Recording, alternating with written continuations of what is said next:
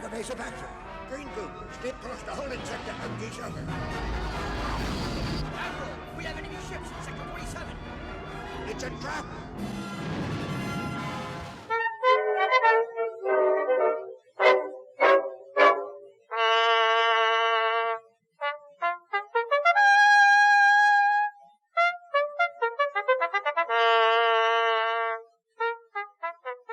Hey, welcome back to my channel, guys. It's me, HeyArcher. I wanted to do a different video. Now, this one might be a little long. I'm not sure. We're going to go step by step. It took me so long to get this thing working. I might just make it a shorter video than I planned. If you're new here, like, comment, subscribe. I have not done a spoiler type conversation about The Rise of Skywalker. And you guys have probably, if you are interested in such things, have watched probably dozens of videos on reviews. So instead of just talking about the movie, instead of just going point by point, I want to do something a little different. Right now, I will dabble into each of those things. Obviously, talking about the movie, talking about plot points and all that. But what I wanted to do here was actually look back at the 4 trailer reactions I did and see what I actually got right in my predictions. Because there was lots of speculation over the movie. So I figured by us going back and seeing what we got right, it'd be a fun, different kind of video to do. I don't think I've ever watched a Skywalker Saga Star Wars trailer and not been excited. It's insane to me. All right, interesting here. I didn't realize that I was even acknowledging it was a Skywalker Saga movie.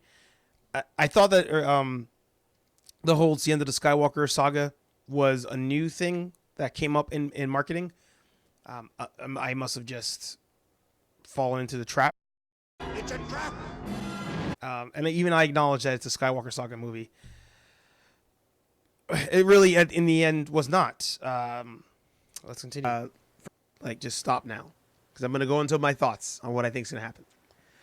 I think that Rey is a clone of perhaps Palpatine, or Rey could just be a clone, just straight up.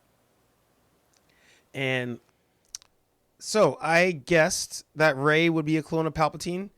I was wrong. The reason I thought clone was the snapping sequence in the Last Jedi. I thought that was supposed to allude to there being cloning and her being a clone of Palpatine. I thought it was going to be kind of like an X-23 type situation, where to clone somebody, like with the X-23, they try to clone Wolverine. They can't figure it out how to get the clone to stabilize or whatever.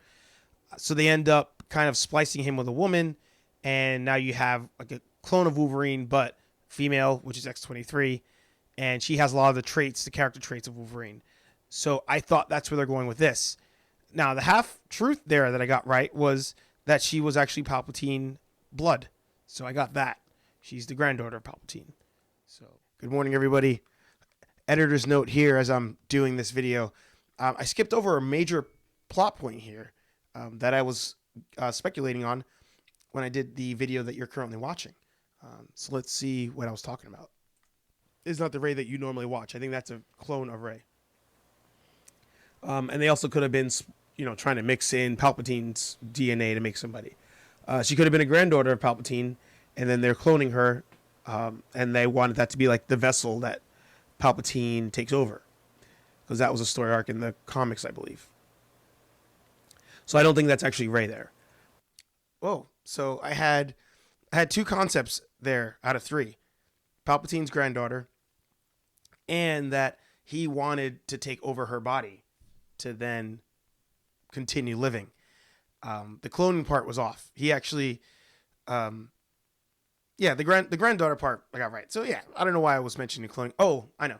I was saying that he was cloning his own granddaughter to try to take over the body. So take the cloning part out. It was his granddaughter, and he did want to take over her body. He just wanted to be a sexy Star Wars person. All right. So I got that she was Palpatine related, correct, but I did not get the method of being connected. So let's jump to the next video, see what I got there. What I like about this one is this was the final trailer for the movie, and then they ended up coming out with more trailers. And with the nostalgia card again, rocking the circular dish on the Millennium Falcon. So let's talk about that. What show was that?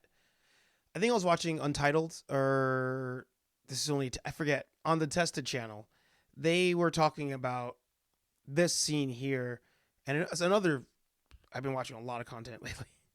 A bunch of people have pointed out that JJ kind of stole the concept of Endgame, where all was lost, and then all of a sudden, the radio signal kind of breaks in, and Poe looks up, and all of a sudden you have all these ships there, similar to Endgame with the teleportation thing. I think this is where they messed up. When they do that scene in the movie, and Poe looks up in the air, he sees the all the ships there. But it would have been, I guess, cooler, and it would have made more sense if he looked up, he didn't see anybody, maybe he heard them. Of course, that would break rule with hyperdrive and all that. But he looks up, he sees nothing, and all of a sudden the ships kind of like start shooting in everywhere. I guess that would have been cool. Maybe that bothered me. This thing here bothered me, by the way, because like when they're on the grass, everything's fine, and then when they look at the ocean, it's like torrential storm, Cat 5, hurricane. But like nothing's happening on the land. There's not even like wind in their faces. It was just really like this whole them wasting time doing this whole CGI thing. It served no purpose in this movie. That's Rey. Yeah, it looks like Rey's driving that boat thing. I was right about that. Whoa, so that's why I think there's a lot of Force visions here, because that's clearly Darth Vader. Come on. Yeah, that's supposed to be Darth Vader. I messed that up. It was not a Force vision. Well, actually, no, I was half right. So the Force vision of this sequence was not correct. But Rey was fighting Kylo through the Force. A whole new... The movie introducing this... And nobody's talking about that. The movie introducing teleportation via the Force. Nobody's commenting on that whatsoever. I can tell you right now, without even listening, that I thought this was Vision as well. So I was wrong about that. All right, let's go on to the next trailer. Run. So it's again a desert scene, chase scene. I don't doubt there'll be some sort of Jabba the Hutt type stuff happening here. If they do a heist to open this movie up, obviously, it's a rip of The Last Jedi. Sorry. Return of the Jedi. How dare me say that? Wasn't a heist, but they did have to go. But I'm curious. People have been knocking this scene here. Let's see. So they're on the run, taking shots. Rey's just not using the Force. Rey's still using a gun, which, all right. She's got rage problems, it looks like. Now, this is the one that actually had the old school, the OG trilogy video montage at first. That was all kind of cute to see and everything. God, there's so much heart in those movies. So much heart. If you were to ask somebody, all right, in the last movies, how does this end up being the last of a Skywalker movie? Technically Ben is a solo. I mean, he's a, solo Skywalker, but it's not the same thing. You've already killed off Luke, and maybe Leia doesn't die in this movie. Who knows? But if it's truly the end of a Skywalker movie or a series, there's no Skywalkers in this. Unless the twist in this movie is going to be that Rey's a Skywalker, which I doubt it, highly doubt it. She named herself a Skywalker. But this is an interesting shot. This is Rey on whatever Force planet it is. This is probably where she in the movie might think Kylo's dead, and they eventually have a fight scene at the end. So just interesting. That also actually would have been better. She still carries a blaster. I do like that angle. Strictly from a design aspect. Don't know what that's gonna do. I still think this whole thing here with this planet and even with the Star Destroyers, I just have some feeling like it's not real, because I don't think we've ever seen a world like that in Star Wars, which actually didn't feel real at all. The entire movie didn't feel real. It felt like it was all made up in our heads. There were some things there that I was off by. It's close on some.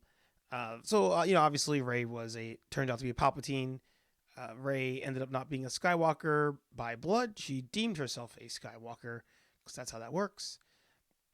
My thought overall on this movie is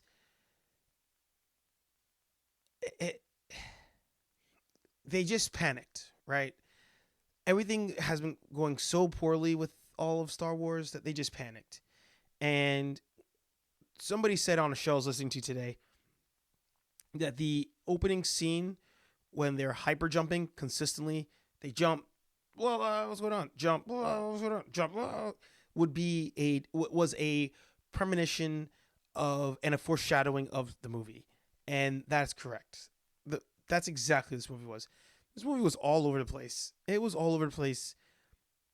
I didn't know, in my reactions, I got the impression that it was the end of the Skywalker saga because they said it was. Not because the story said it was. Not because the plot line said it was. They brought back the Knights of Ren for no reason. No reason. I would have complained if they weren't in the movie. That's a fact. I complain now that they were in it because you didn't even use them. You built this big story and you tried to make it a standalone thing and ignore the last two. And that's not why we were there. It's not why we were there at all. So Palpatine being alive, I thought they'd at least explain that. Didn't. Knights of Ren, these were former Jedi. That's what you said you said it, JJ, in the first movie, that there are Jedi that Kylo took with him, after the temple burned. Don't explain any of that. He whipped the shit out of them pretty easily, which I'm okay with. But they should have had lightsabers, man. They should have had lightsabers. That would have made sense.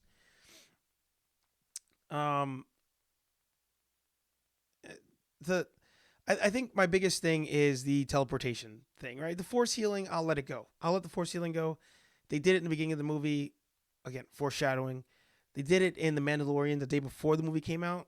So they're like, everybody's like, hey, this is a cool power. I didn't know you could do that. I thought somebody like Yoda would be able to do it. Let me skip for a second.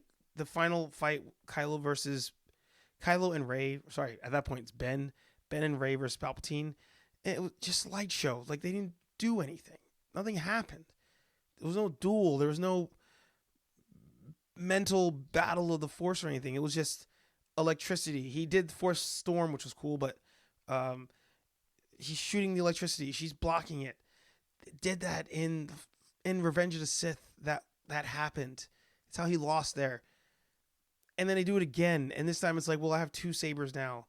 A saber that they didn't explain how it got fixed. And Leia's a saber out of nowhere.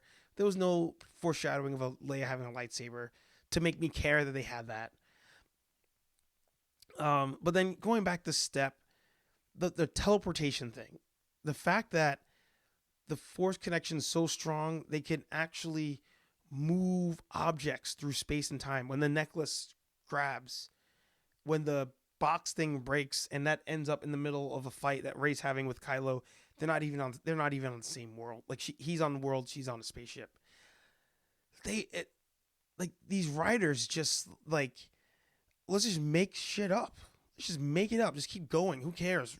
Page 2 is done. Don't go back. Keep going forward. We need this movie to come out. That's what this felt like.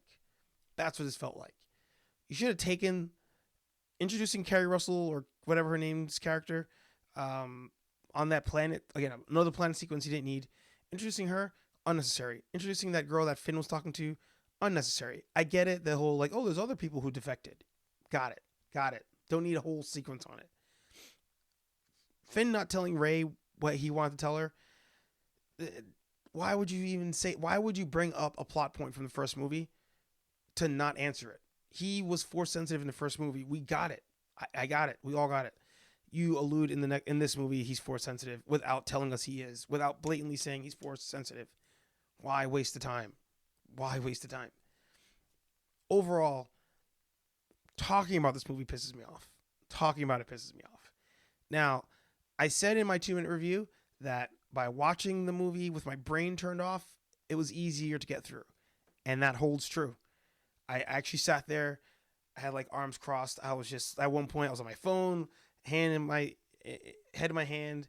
I was just looking at the screen. It was flashing lights happening. And that's it. When you talk to people and you're like, did you like the movie? They'll tell you the action was great. Visually, it was great. I liked, stuff. People like stuff about it, but they don't really like it. You just think you do. It sounds ignorant to say something like that, or presumptuous to say something like that, but if that's even the right word. But it's just, the movie sucks, man. The movie sucks.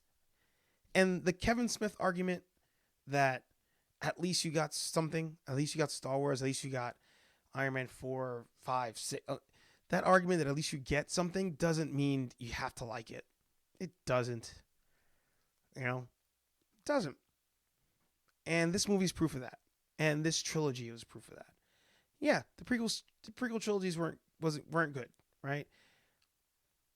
But there was a lot of potential here. If you just let somebody who knows what they're doing, just do it. Don't give the reins of the franchise to somebody who's never finished a series of movies or TV shows in his life, right? Dave Filoni's over there cranking out awesome content that's for the fans. Awesome content. All of a sudden you bring in Jon Favreau, who took and made the Marvel Cinematic Universe what it is. He directed Iron Man 1. That jump-started all of it. You get people like that, and you're like, nah, JJ's good. Let's just use him. He leaves. He left you high and dry for the second movie. And you're like, oh, the only way we're going to say this is bring him back. Because you know who can finish the story? J.J. Abrams can. Done with it. Done with it. Unless we're doing a collab or something like that, I'm done talking about this movie on my channel. I'm not done talking about Star Wars because there's lots of good Star Wars. Mandalorian's proof of that. But I'm done talking about this movie because it just does nothing for the franchise. It does nothing for me. It does nothing for you. That's my review of the movie. That's my review of the movie. I'm done with it. If you liked the movie, you know what? More power to you. Bless your heart. Bless your heart if you like the movie.